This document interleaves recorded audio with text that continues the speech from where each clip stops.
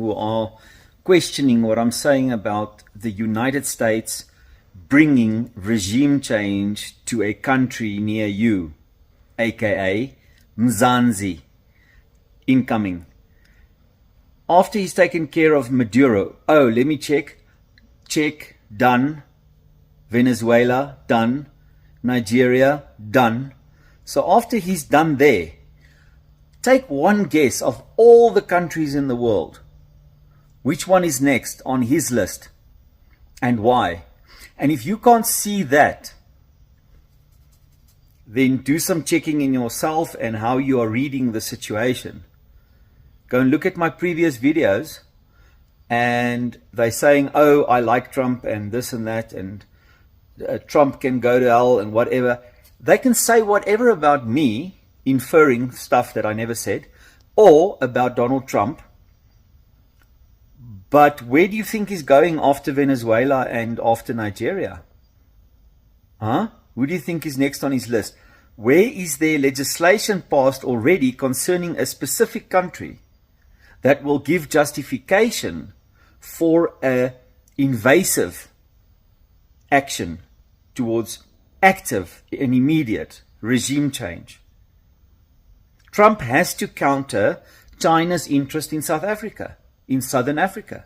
He has to counter that. It's no good China's already here. It's no good there's relations with Russia, whatever. He has to counter that geopolitically. He has to create a presence inside of South Africa in order to counter the presence of those nations. Besides, South Africa pissed off his friends Netanyahu and the state of Israel. They are pissed off about not South Africa as a whole. The ANC pissed them off, and Julius Malema pissed them off, and Cyril pissed him off for not wanting to do anything about Julius's loudmouth talking. So watch the space. I still stand with what I said. The year has ended. The ANC seems to be still in power, if you can call it that. I think that power is kind of doing so at the moment. That power is a little bit worried, that power. Because as would be I would be worried as well if I was Cyril's government. We're going to see some things flying around here soon. Not saying I want it. I'm not saying whatever. I'm just saying I think it'll be good for the country. I've got a question for you. Here's a question. It's not an easy question, but please be brutally honest. If America had landed in Tanzania in early November and captured Samia Suluhu in the same way that they have captured Venezuela's President Maduro, would you have supported that? Would you have supported that if they had done that right in the middle of that Tanzanian massacre that left at least 10,000 Tanzanians massacred, slaughtered, dead? I also owe you an answer to that question. Please let me know. Please let us know in the comment section. If there's one thing that Africa must do a lot more, it is to have difficult conversations. Difficult conversations. Because whatever you avoid talking about, whatever you avoid looking squarely at in the eye, ends up controlling you. So we must have difficult conversations and agree to disagree if it comes down to that. But at least let's have difficult conversations. For me, the massacre of 10,000 people was so unspeakable, man. It was so unspeakable. And even if you insist that that number is less, 2,000, 1,500, it doesn't matter, man. It doesn't matter. The massacre of those people was so brutal that if the devil himself showed up to mete out justice, I would support the fact that justice has been done. If Trump had landed in Tanzania in November and done in Tanzania what he has done in Venezuela, I would still condemn that. I would still condemn that and then add that poetic justice has been done. Poetic justice is when nature takes its own course, when it's beyond your control. One more thing, it is extremely urgent for Africa to build the African Court of Justice that will be truly, truly, truly independent. We, the African people, must agitate for that, like life depends on it, because in many ways it does. All right, welcome back, family, from wherever you are watching from. Hope that you're doing good. And now, let's discuss something here. The world today revolts. Today, the world revolts on the action that Trump did against Venezuela, and now people are asking questions: who next? Who is next? What next? Because the action that Trump has committed is something that is giving the leaders of Africa mostly the sleepless night, because the president of Venezuela was trying to defend his country. He was trying to fight for his own resources to protect them, even though we are being told that he's a drug trafficker, smuggler, but many things. He's a dictator. Most of the Venezuelans themselves are coming out to say that they appreciate and they celebrate the action of Donald Trump coming to take away this man. But we have the section of Venezuelans in America. I saw in the streets of Miami who are celebrated after this incident happened, after this president was captured along with his wife. And this is man of who have been ruled in this country of Venezuela over 4 decades. And now the people are feeling like now he was like a burden to the country. Now, because America promised Venezuela a regime change.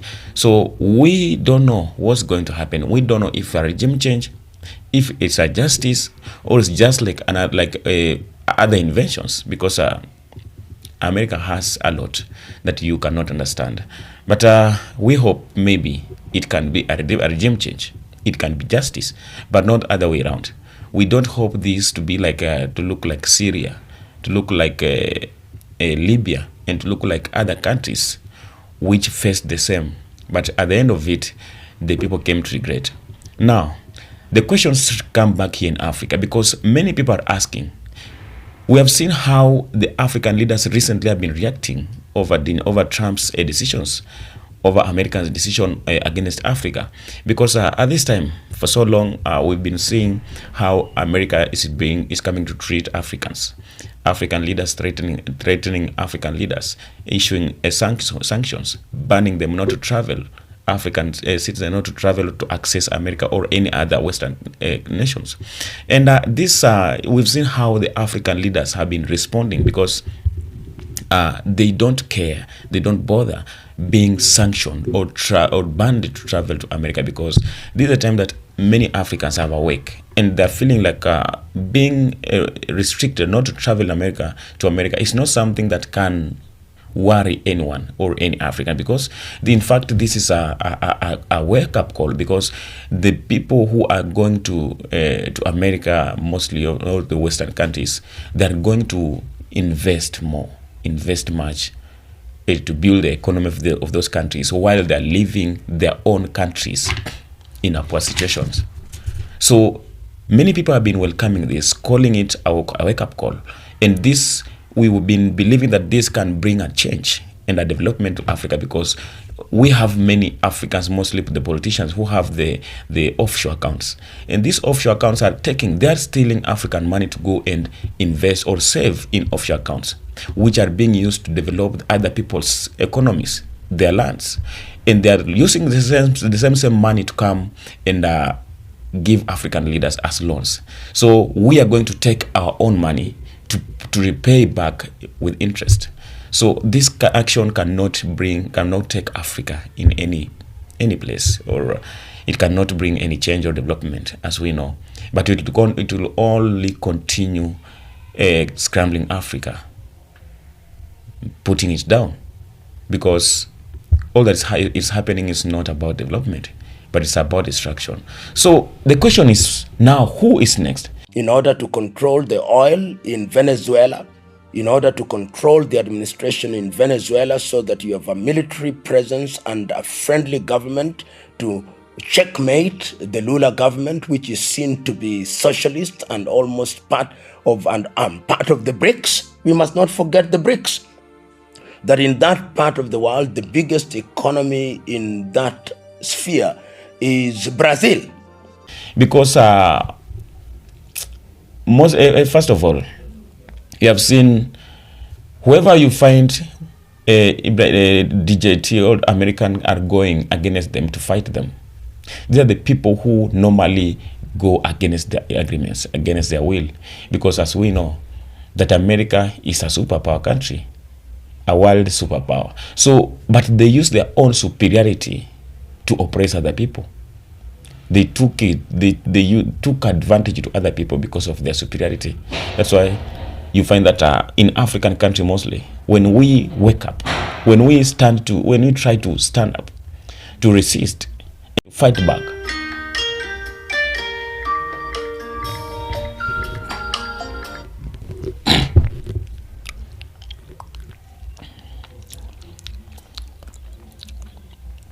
we are being seen as a threat.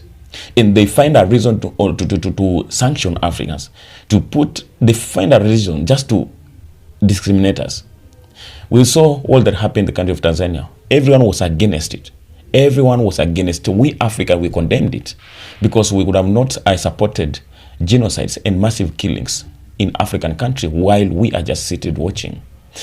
But America used that as a reason to ban the people of Tanzania not to access America, using or accusing them as the violent people because they have caused chaos and crisis in their country, destroyed properties. So we know that all time when you see these people coming or being concerned about any country in Africa, they are after something or they have lost something. So they use this as a reason to make the people who are concerned to feel like we are guilty. They feel guilty. They feel victim. So they make themselves change their ways to be seen as a good people, now to be allowed to access America or to not to be sanctioned. But this is a wrong decision that we have been making. Now, today I'm watching other people talking about African leadership. Some saying that now we need the same action that has been done towards Venezuela to be done in the country like Uganda, Kenya, Tanzania, in more African countries whereby the leaders were having the dictators, bad governors, and inflation in African countries. But all I can say is that we don't have to pray for that because we have our own countries. We are Africans. We are African, the African continent with the 54 countries. We have African Union. And due to that, despite all this, why don't we just have the best leadership? Because when we use this as a reason that we have to call or to wait for the America to come and take action to our own countries, we're the one who are going to lose a lot. Because today they will come, they will act, they'll cause chaos and crisis. They'll cause damages that will take long time to be recovered. So all that we are doing as Africans, the first thing that we have to do is not to be worried, not to live